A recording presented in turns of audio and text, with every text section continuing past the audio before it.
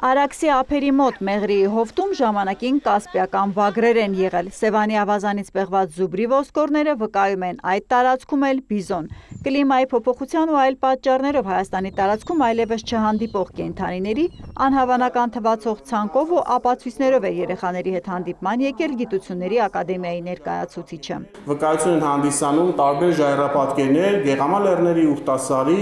ժայռապատկերներում են պատկերված հեպարտեն, ինչպես նաև միջնադարյան տարբեր գրական աղբյուրներում կան։ Դպրոցականներին հորդորեց զարմացեք, բայց եւ իմացեք Կովկասի մեր անկյունը աշխարհում ամենահարուստ կենսաբազմազանություն ունեցող 36 թեժ կետերից մեկում է։ Այստեղ կարելի է տեսնել ամբողջ Եվրոպայում հանդիպող 500 տեսակի թռչուններից 379-ին, Կովկասում բնակվող 110 սողուն երկենցաղներից 59-ին։ Այս փոքրիկ տարածքի վրա, շուրջ 30,000 քառակուսի կիլոմետր տարածքի վրա կենտրոնացած են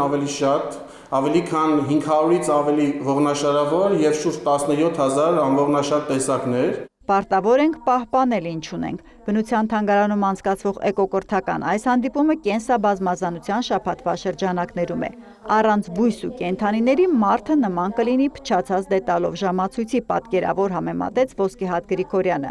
Երկրում ինչ աշխատանքներ են տարվում հաջորդ տարի հյուրընկալելու COP17 միջազգային համաժողովն ու ինչ պահանջներ են սահմանում Ռիոյի 3 կոնվենցիաները, երիտասարդ դասարանին պարզ հասկանալի բացատրեց շրջակա միջավայրի փոխնախարարը։ Յուրաքանչյուր բույսի, յուրաքանչյուր կենդանու միջհատի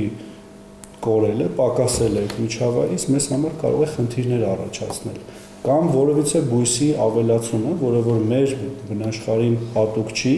կարող մեզ համար խնդիրներ առաջացնի, առողջական խնդիրներ ալերգիաների տեսքով, կարող մեր տնտեսությանը վնասի, գյուղատնտեսությանը վնասի։ Այգիները ջարդող կարկտի ու փոշոտ քամիների պատճառը կլիմայի սրվող փոփոխությունն է։ Մոլորակի գլոբալ տաքացումը դանդաղեցնելու նպատակով աշխարհում բոլորը, նաև մենք, պետք է ավելի խնայողաբար օգտագործենք ջուրը, հողն ու մյուս ռեսուրսները, չախտոտենք գետերն ու անտառները, որ ստիպված չլինենք պատասխան տալ մեր արածի համար։ Հանդիպումը խրատներով շարունակեց թանգարանի տնօրենը։ Տեսնում ենք մենք բնության այն աղետները, որը հակարդարձում է բնությունը մեզ, մեր հասարակությանը։ Օրվա հարց պատասխանը լեռնագնաց ուղեկցորդից է, ներկաներից ով երբ է սարեր բարձրացել վայրի, ինչ կենդանի տեսել։ Ովքեր որ քայլարշավի մասնակցել են,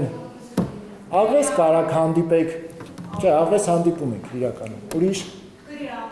կրյակ։ Երկար խոսեցին օձի հետ անցանկալի հանդիպումից, միասին հիշեցին խայթելու դեպքում պահանջվող քայլերը, տուժածին արագ հիվանդանոց հասցնել, մինչև այդ արշավի գնալիս պարտադիր վերցվող հատուկ գործիքով արտածծելով թույնը, բերանով այն քաշել կամ կծած ոտք ձեռքը ամուր լարով կապել չի կարելի։